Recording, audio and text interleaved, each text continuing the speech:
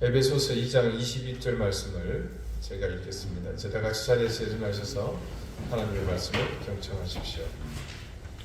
너희도 성령 안에서 하나님이 거하실 처소가 되기 위하여 그리스도 예수 안에서 함께 지어져 가느니라. 아멘. 자리에 앉으시기 바랍니다. 하나님께서 이 말씀으로 우리에게 은혜 주시기를 원합니다.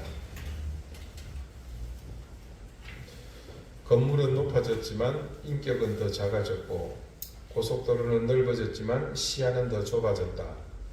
소비는 많아졌지만 기쁨은 더 줄어들었고, 집은 커졌지만 가족은 더 적어졌다.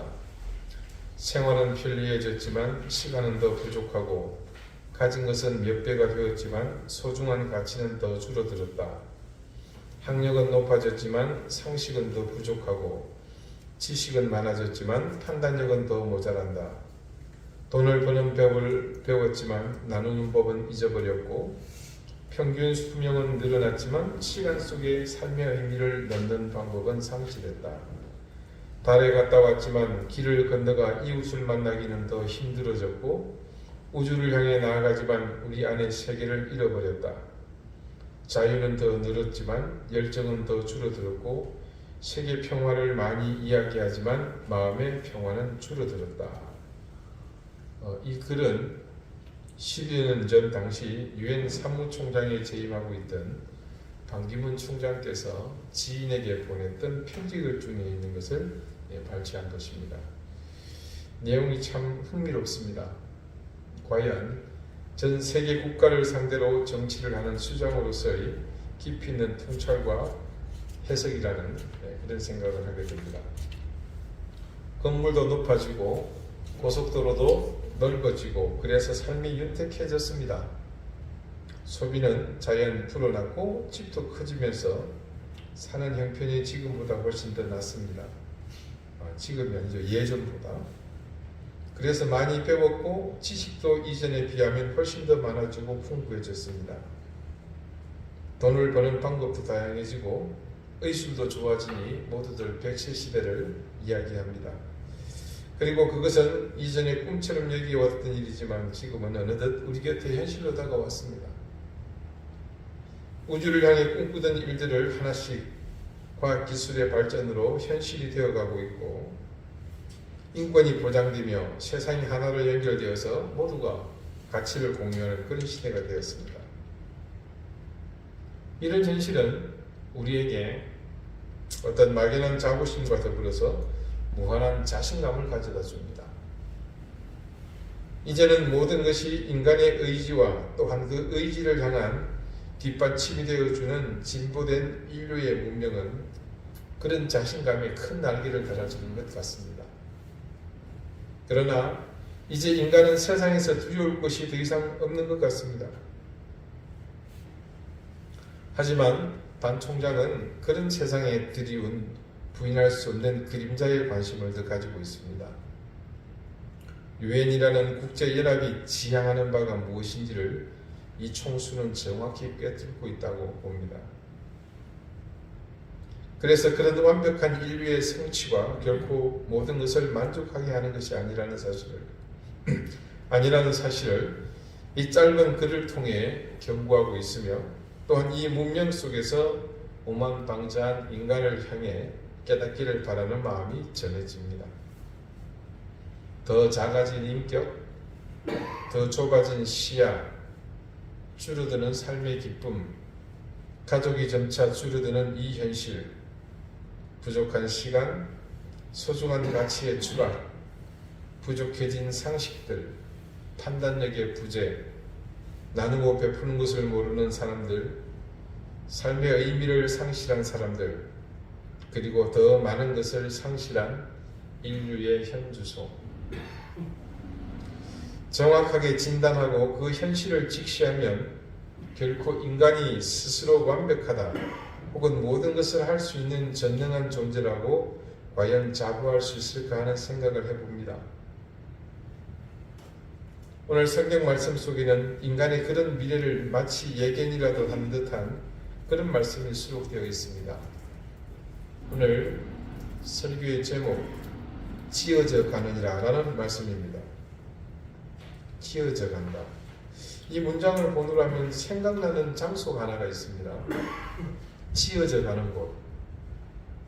일명 가우디 성당이라고 불리는 스페인 바르셀로나의 사그라다 파밀리아, 이게 우리말로 하면 성가족 대성당입니다. 나무위키에 이 성당에 관해서 검색을 해보면 좀 흥미로운 사실들이 있습니다.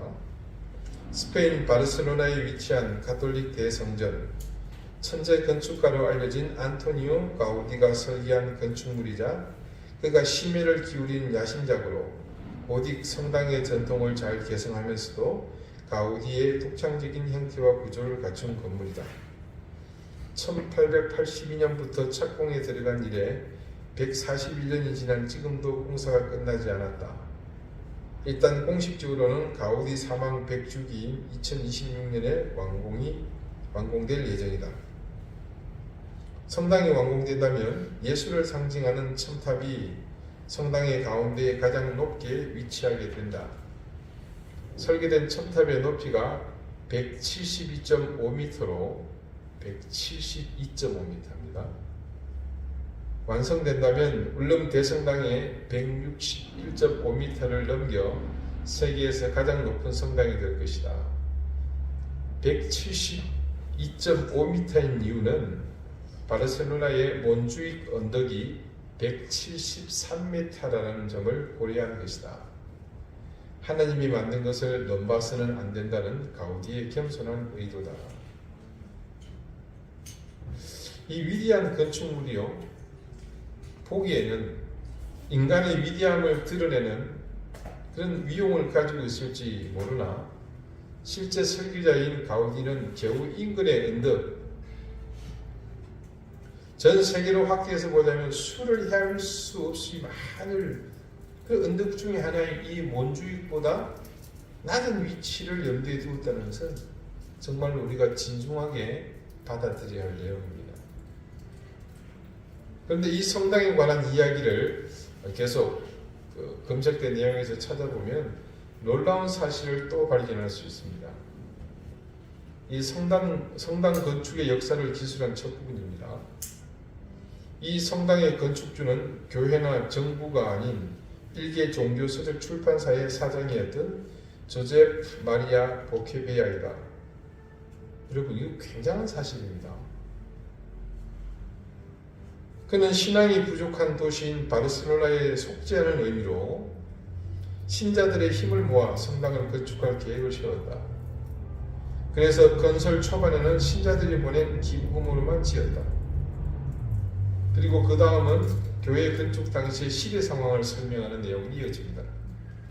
당시 카탈루냐의 시대적인 측면에서 보자 19세기 후반에서 20세기 초반까지 카탈루냐 지방은 산업혁명의 여파로 굉장히 변화가 많았고 독실한 종교인의 시각으로는 눈뜨고 못 볼 꼴들이 많이 벌어지던 시대였다.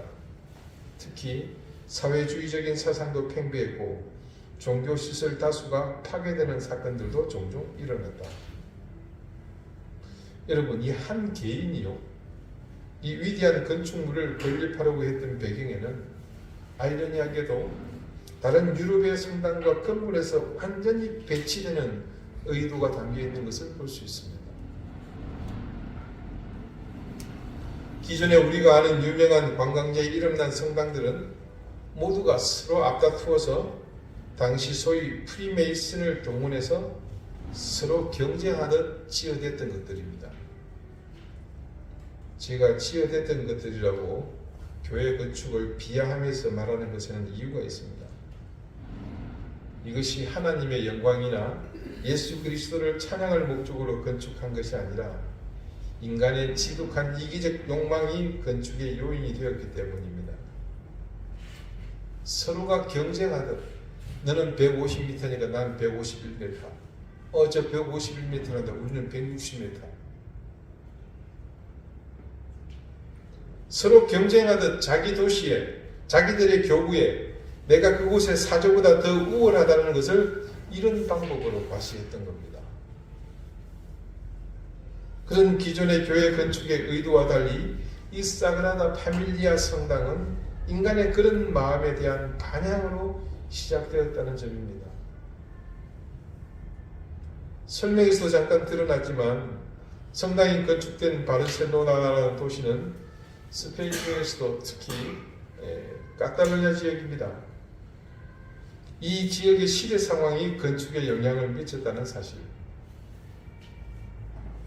19세기에서 20세기로 넘어가는 그 무렵에 이 지역이 산업혁명의 여파로 급속히 세속화되어 갔던 것. 그래서 신실했던 그리스도인이 보기에는 너무나도 세상이 타락하는 것이 안타까웠어요.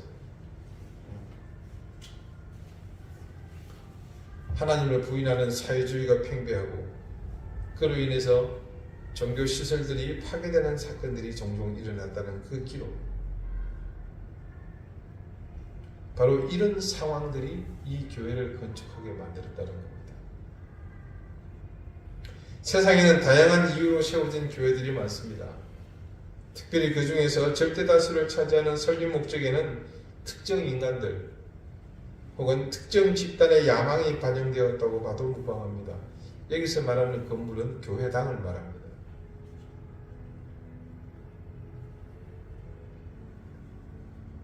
제가 여러분 앞에 예루살렘 성지에 세워진 교회들을 고발한 내용을 기억하실 겁니다.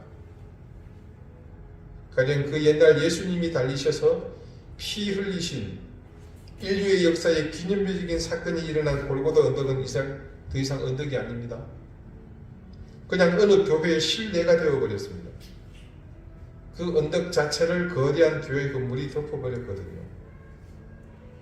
오병이의 사건을 기념하는 것도 산상수훈의 역사적인 흔적도 모두가 교회가 덮어버렸습니다. 왜 덮었겠습니까? 하나님의 영광? 그리스도를 찬양하기 위한 목적이었을까요? 아닙니다. 그곳이 우리만의 공간, 우리 교파, 우리 교단, 우리만의 소유인 것을 천명하기 위해서 그 짓을 벌인 겁니다. 사무엘하 7장 1절과 2절이 다음과 같이 증거합니다. 여호와께서 주위의 모든 원수를 무찌르사 왕으로 궁에 평안히 살게 하신 때에 왕이 선지자 나단에게 이르되 볼지어다 나는 백향목 궁에 살거늘 하나님의 궤는 휘장 가운데 있도다. 나단이 왕께 아뢰되 여호와께서 왕과 함께 계시니 마음이 있는 모든 것을 행하소서 하니라.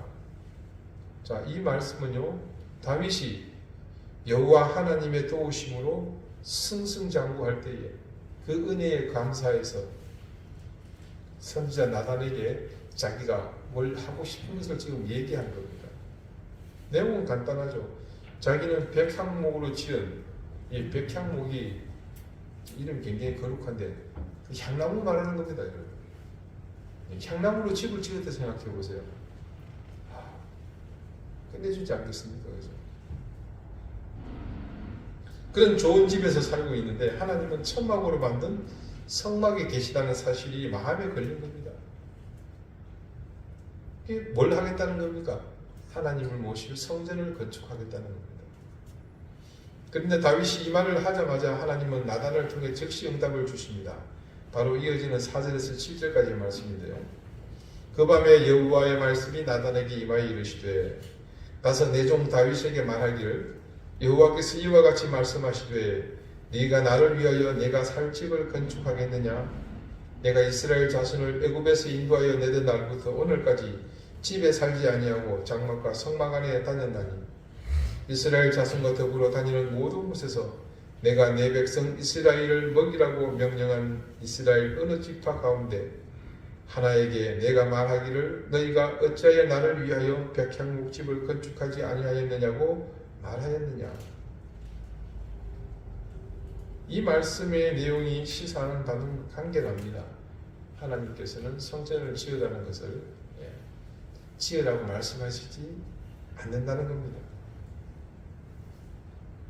근데 더 중요한 사실, 성전을 건축하여 다윗의 이름을 내고 그것이 역사가 다윗의 성전이라고 대대손손 불릴 그 영광스러운 일을 다윗 당사자가 아닌 언제 이루게 됩니까? 그의 아들인 솔로몬 때에 이루게 하셨습니다.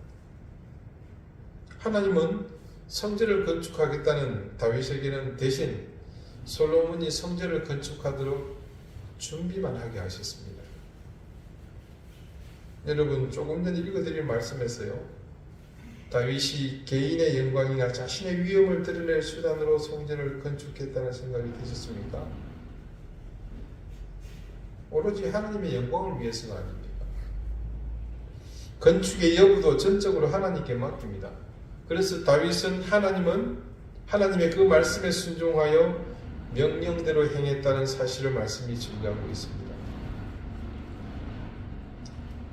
적어도 어떤 시대가 되었건 그 시대의 교회 지도자들이 이 말씀을 바로 이해하고 깨달았다면 과연 그런 일들이 자행되었겠습니까? 어찌 보면 지금 전 세계의 유구한 역사와 전통을 자랑하는 교회들은, 특히 성지의 곳곳을 덮어 씌운 교회들은 모두가 불순종의 흔적이라고 해도 틀린 말이 아닐 것입니다.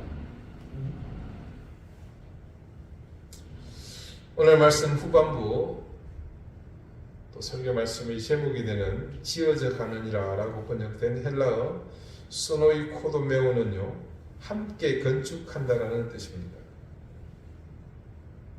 이 말은 무엇이든 완성을 향해 가는 그런 과정에 있다는 뜻이죠. 지어져 간다는 것. 이 말의 중심은 아직 완성되지 않았다는 겁니다. 특히 오늘 말씀에서 언급한 사실을 두고 본다면 함께 지어져 간다는 말씀에서도 드러나지만 우리가 모두 어떤 상태다? 그런 상태라는 겁니다. 함께 지어져 가고 있는 중간에 있는 상태라는 거죠. 이 사실은요, 우리가 세상을 이해하고 사람을 이해하고 일어나는 모든 일을 바라보는 시각에 지대한 영향을 줍니다. 한번 생각해 봅시다. 우리가 교우들을 대할 때 말입니다. 늘 만족한 만남만 있는 것은 아닙니다. 비단 교우들뿐만 아니라 목회자를 만날 때도 마찬가지입니다. 목사가 되었건 집사가 되었건 권사가 되었건 누가 되었건 그들은 모두가 완성된 사람들이 아닙니다. 말씀 안에서 그리고 믿음 안에서 지어져 가고 있는 존재들일 뿐입니다. 당연히 부족하고 한계가 있기 마련입니다. 부족하지 않고 한계가 없다면 그것은 정상적인 사람이라고 할 수 없을 겁니다. 왜냐하면 이 세상에 부족하지 않고 한계가 없는 사람은 없기 때문입니다. 사람과의 사이에서 더 나아가 공동체에서 항상 문제나 분란을 일으키는 세력은 다름 아닌 이 사실을 무시하거나 인정하지 않는 사람들입니다. 가령 예를 들어서 여기 제주의 면단위 조그마한 교회가 세상의 뉴스거리가 되는, 조롱거리가 되는 어떤 이슈를 만든 일은 거의 없습니다. 대부분 교회가 세간의 이목을 집중시키는 비리와 관련한 일은 거의가 일정 규모 이상의 큰 교회가 차지합니다. 교회에 축적된 인적 자원과 혹은 많은 헌금으로 형성된 물질은 충분히 교회 지도자에게 그런 유혹을 주게 마련입니다. 그럴 때 내가 부족한 존재이며 지어져가는 존재라는 사실을 바르게 인식하면 결코 유혹 앞에서 섣부른 선택을 하지 않습니다. 그러나 상당수는 이 사실을 간과하면서 사안에 따라 일부 차이는 존재할지언정 쉽게 결정하고 또 기대합니다. 그런데요, 그런 과정에서 부족함과 유한함으로 인해서 필연적으로 한계에 부딪힐 수밖에 없습니다. 그때 한계를 만나게 되면 겸손하면 됩니다. 그 한계 앞에서 인간이 취해야 될 태도는 유일하게 그것이죠. 그러면 더 큰 문제로 나가거나 추락할 위험에서 벗어날 수 있습니다. 하지만 이 마지막 단계 앞에서도 겸손하지 못하거나 그 사안에 대한 인식에 무지하게 되면 결국 스스로가 몰락의 길을 걸어가는 겁니다. 지어져 간다는 것은 또한 조금씩 채워지는 것을 의미합니다.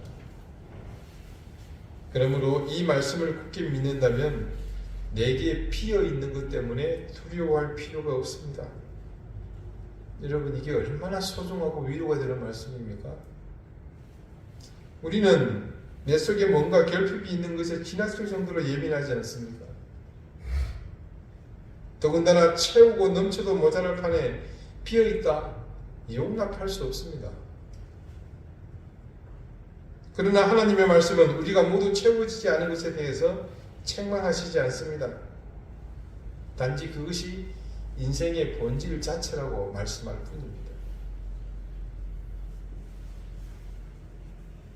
그리고 더욱 중요한 한 가지 사실, 지어져 간다는 것은 조금씩 성숙해지는 것을 의미합니다. 서서히 내가 완전해진다는 의미입니다. 그런데 말씀은 내가 서서히 완전해지는 것, 즉 지어져 가는 것이 나 혼자의 일로 그리고 내 힘으로 감당할 것이 아니라 주님 안에서라고 말합니다. 예수님 안에서 함께 지어져 갑니다. 그래서 앞선 지어져 가는 것과 우리는 다른 방향을 바라볼 수 있습니다. 예수님 안에서 지어져 가는 것은 조금씩 내가 작아지는 것을 의미합니다.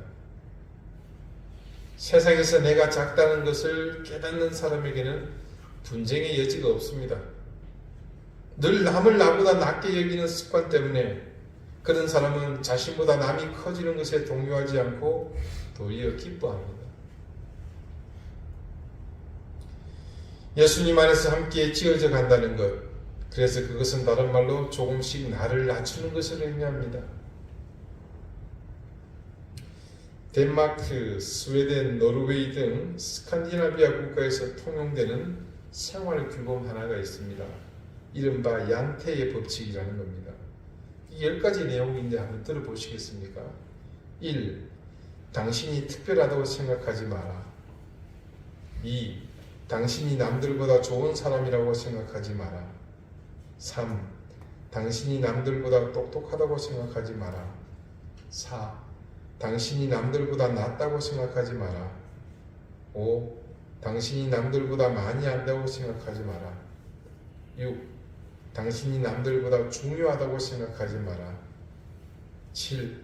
당신이 모든 일을 잘한다고 생각하지 마라. 8. 남들을 비웃지 마라. 9. 누군가 당신을 걱정하리라 생각하지 마라.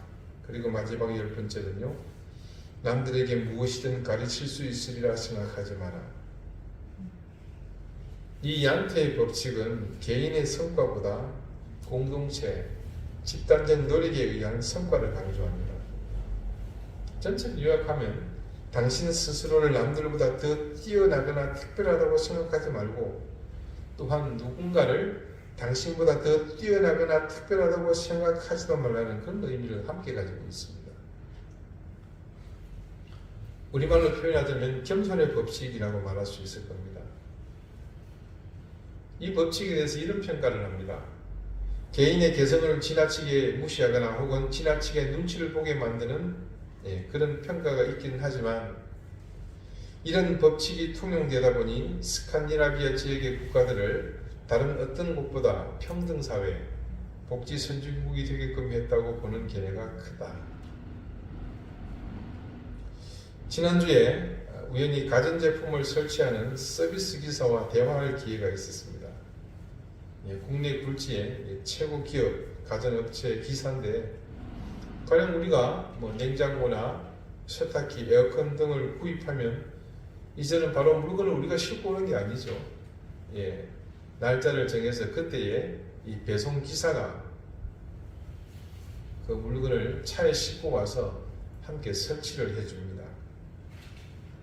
이야기를 들어보니 제품의 사이즈가 큰 경우에는 엘리베이터를 이용할 수가 없어서 사다리 차를 이용하고 고층 건물 같은 경우에는 그 베란다 밖에 다른 창문을 열고는 위험한 데 서서 특히나 냉장고 같은 무거운 거는 또 힘겹게 옮겨야 된다고 합니다. 저는 그래서 정말 고생이 많다고 격려를 하니까 그 기사가 아주 중요하고 심각한 이야기를 합니다.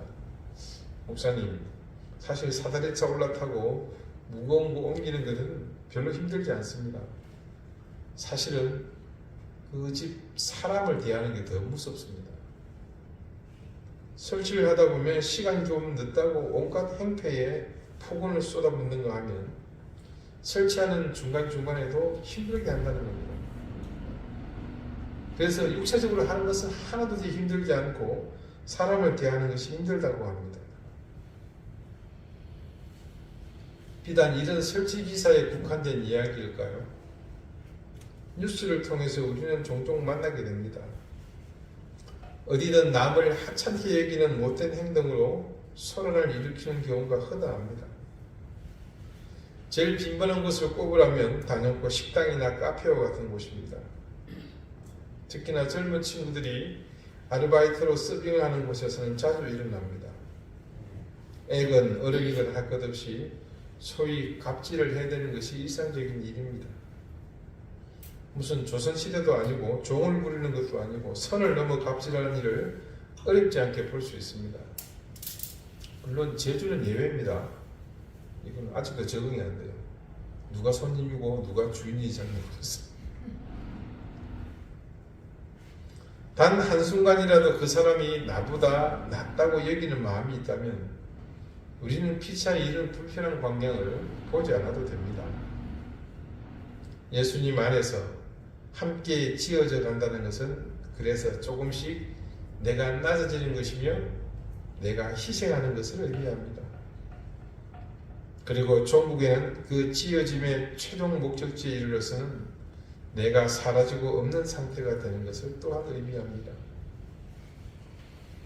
마침내 모든 것이 내 안에서 지어졌을 때 우리가 어떻게 된다고요? 사라지고 없어집니다. 그럼 그 빈자리에 무엇이 들어오겠습니까? 그런데 주님께서 들어와 거주하시는 것을 경험하게 됩니다. 결국 이것은 교회 공동체의 숙명을 말하는 것이기도 합니다. 한 사람 한 사람이 주님의 몸된 교회라는 사실을 알고 있는 우리에게 이 말씀은 우리가 나아가야 할 중요한 삶의 이정표가 됩니다.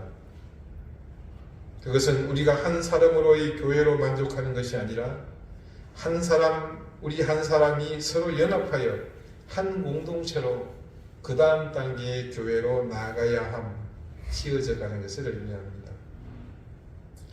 사랑하는 여러분, 우리는 결코 완벽한 존재가 아닙니다. 또한 완성된 존재도 아닙니다. 단지 우리는 지어져 가는 존재, 지어져 가는 교회일 뿐입니다. 이 사실을 우리는 마음에 깊이 새기고 결코 잊어버려서는 안 됩니다. 우리가 지어져 가는 존재임을 자각하는 것은 우리에게서 하나님의 은혜가 온전해지는 상태이기 때문입니다. 바울이 고린도전서 10장 12절에 그래서 다음과 같이 말했습니다. 그런즉 선줄로 생각하는 자는 넘어질까 조심하라. 바울은 성도들이 실족하는 이유를 이렇게 설명했습니다.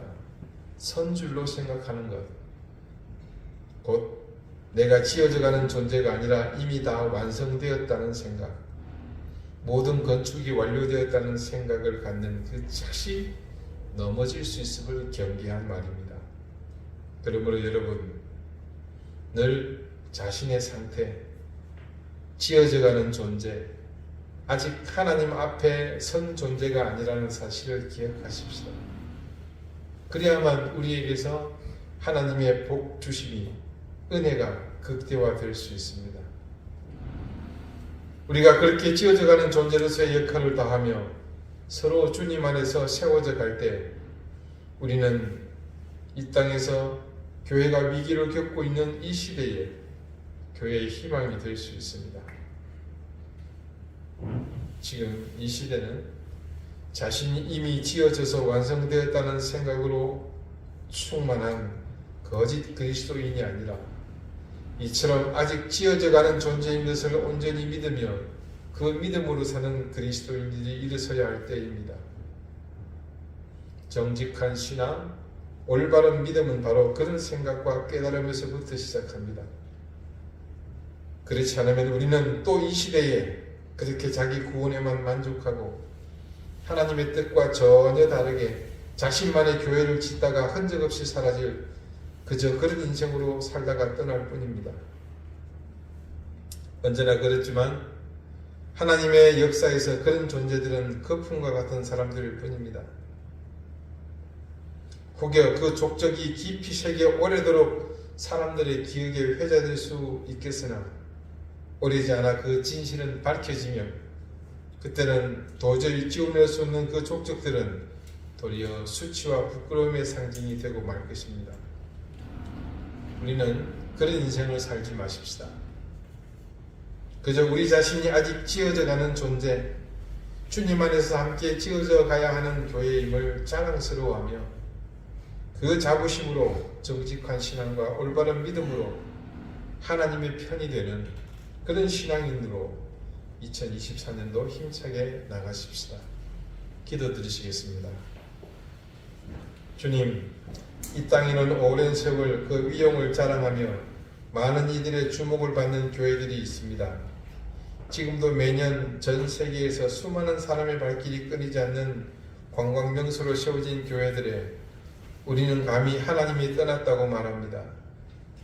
하나님보다 더 높은 곳에서 영광을 받으려던 인간의 욕망, 말씀에서 하나님이 명하신 것이 아닌 불순종의 흔적들을 자랑스러워하는 그런 어리석은 인생이 되지 않게 해주십시오. 우리가 각자 한 사람의 교회라는 사실을 기억할 때는 오늘 이 말씀처럼 주님 안에서 서로가 지어져가는 존재임을 자각해야 한다는 것을 잊지 않게 해주십시오. 그래서 우리를 통해 하나님의 뜻이 세워지는 교회가 되게 해주십시오. 인간의 욕망과 헛된 바람으로 세워지는 교회가 아니라 올바른 신앙과 정직한 믿음으로 세워지는 그런 교회로 살아가는 2024년이 되게 해주십시오. 예수 그리스도 이름으로 기도드립니다. 아멘.